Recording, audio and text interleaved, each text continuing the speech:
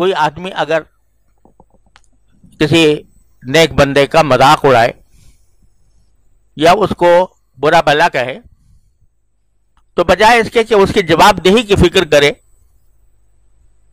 اور اس کا ترکی بترکی جواب دے، اس کے بجائے جو چیز اللہ تعالیٰ کو پسند آئی ان کی وہ یہ ہے کہ انہوں نے ان کو تو نظر اندازی کر دیا کہ جو کہتے ہیں کہتے رہیں، ہمیں اس کی پرواہ نہیں، اپنا معاملہ اللہ تعالیٰ کے ساتھ جوڑا اور یہ دعا کی کہ ربنا آمنا، یہ لوگ تو مذاق اڑا رہے ہیں یا ہمیں برا بھلا کہہ رہے ہیں، ہمیں پاگل سمجھتے ہیں، ہمیں مجنون سمجھتے ہیں، ہمیں اگلے وقتوں کا آدمی سمجھتے ہیں اور اس دور سے کے ساتھ چلنے والا نہیں سمجھتے، یہ سمجھا کریں، لیکن ہم تو ایمان لے آئے ہیں، ربنا آمنا، لہذا آپ ہماری مغفرت فرمائیے اور ہم پر رحم فرمائیے، اور آپ بہترین رحم کرنے والے ہیں۔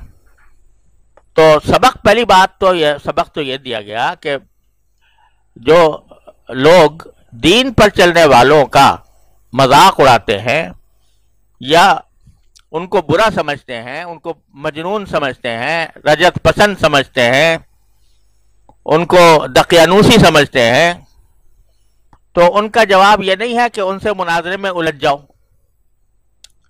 ان سے بحث میں مبتلا ہو جاؤ، بلکہ اپنا تعلق اپنے پروردگار سے قائم کرو۔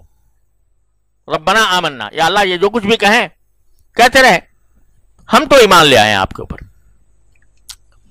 تو سبق یہ دیا جا رہا ہے کہ اللہ تعالیٰ کو جو بات پسند ہے وہ یہ ہے کہ انسان تانے سہے دین کی خاطر، دین کے خاطر مذاق بھی اس کا اڑایا جائے، دین کے خاطر اس کو برا بھلا بھی کہا جائے، اس کو مجنون اور پاگل بھی کہا جائے، لیکن ان میں سے کسی چیز کا اس کے اوپر ذرہ برابر اثر نہیں ہوتا۔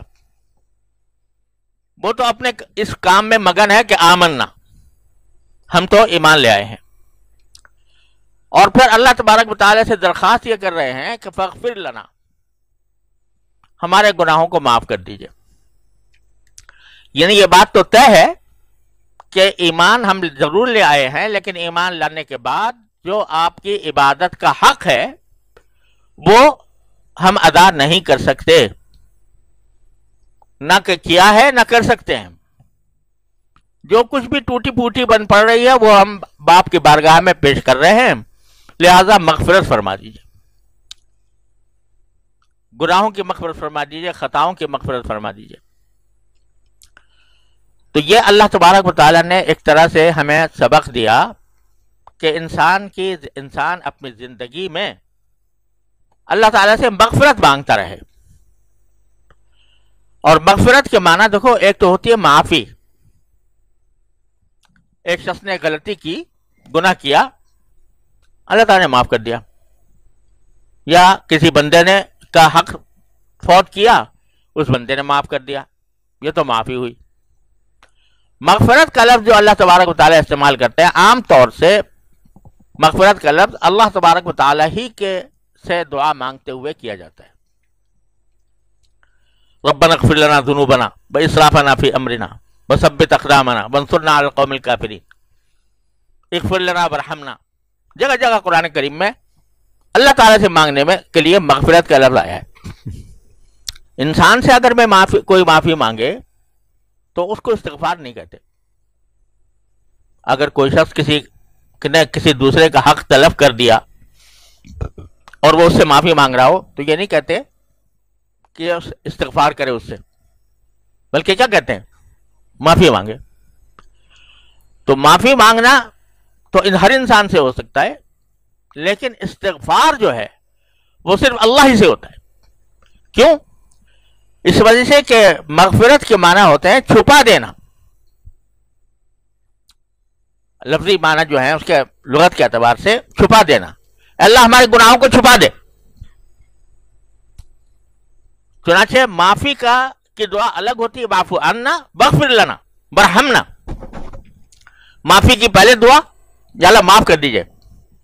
معاف کرنے کے کیا معنی ہوتے ہیں کہ ترک انتقام، یعنی ہمارے اس عمل کا کوئی بدلہ نہ دیجیے گا، اس بات پر کوئی انتقام نہ لیجیے گا. عفو کا اور معافی کا صرف اتنا مطلب ہوتا ہے. اور یہاں یہ بات بھی سمجھنے کی ہے بڑی کام کی کہ بسا اوقات ایک شخص نے دوسرے کا حق طلب کیا, اس کو برا بھلا کہا جس کو اس کو برا لگا. اب خیال آیا کہ بھئی میں نے اس آدمی کا حق طلب کر دیا, میں اس سے معافی مانگوں.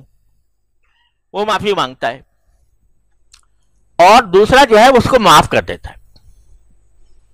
تو معاف کر دینا بڑی اچھی بات ہے, معاف کر دیا, لیکن معاف کرنے سے یہ لازم نہیں آتا کہ اس کے ساتھ دل بھی کھل جائے.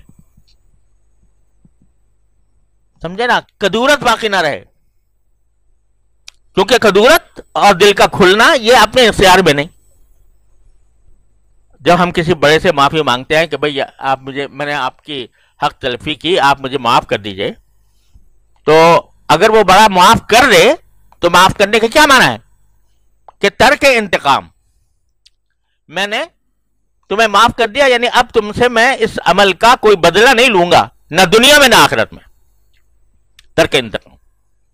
لیکن ایک چوٹ تو لگی نا دل پر, اس کے نافرمانی سے, اس کے بدتمیزی سے, اس کی بدتہذیبی سے دل پر ایک چوٹ تو لگی نا, وہ زخم تو رہے گا. اور اس کے لیے ضروری نہیں ہے کہ اب اس کے ساتھ وہی بشاشت واپس آ جائے جو پہلے تھی. معافی کا یہ مطلب نہیں ہوتا کہ وہی بشاشت واپس آ جائے اور اسی طرح انسان ان کے ساتھ خوش طبعی کے ساتھ ملے اور بشاشت کے ساتھ ملے. یہ کوئی ضروری نہیں ہے معافی کے لیے. اسی لیے ہمارے بزرگ حضرت حکیم الامت قدس اللہ تعالیٰ سرہ سے جب کوئی معافی مانگتا تھا تو فرماتے تھے کہ بھائی میں نے معاف کر دیا, لیکن معافی کے معنی یہ ہے کہ انتقام نہیں لوں گا, نہ دنیا میں نہ آخرت میں.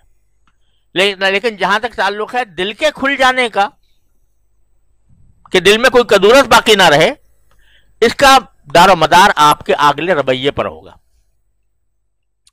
یعنی اگر آپ کا رویہ درست رہا تو طبیعت بھی کھل جائے گی, بشاشت بھی واپس آ جائے گی, کدورت بھی ختم ہو جائے گی.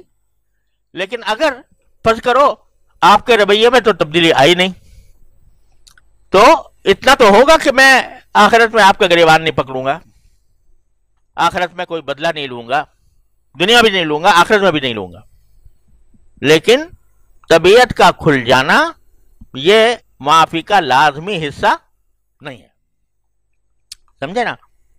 تو جب ہم اللہ تعالیٰ سے معافی مانگتے ہیں تو معافی کا تو مطلب صرف اتنا ہوتا ہے, کیا کہ یا اللہ آپ اس کا بدلہ ہم سے آخرت میں نہ لیجیے گا. ہم سے گناہ ہوا تو اس گناہ کا جو سزا ہے وہ ہمیں نہ دیجیے گا. تو اللہ تعالیٰ نے معاف کر دیا تو سزا دور ہو گئی. لیکن بندے کا کام یہ ہے کہ آگے یہ بھی مانگے کہ وغفر لنا, آپ نہ صرف یہ کہ میں معاف کر دیجئے بلکہ ہمارے اس گناہ کو چھپا بھی دیجئے.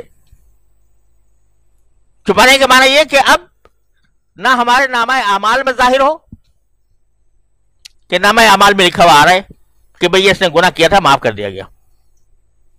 تو اگر جب نامہ اعمال آئے گا تو اس میں یہ ہوگا کہ بھئی اس شخص نے گناہ تو کیا تھا مگر معافی مانگ لی تھی, یہ لکھا ہوا آ رہا ہے.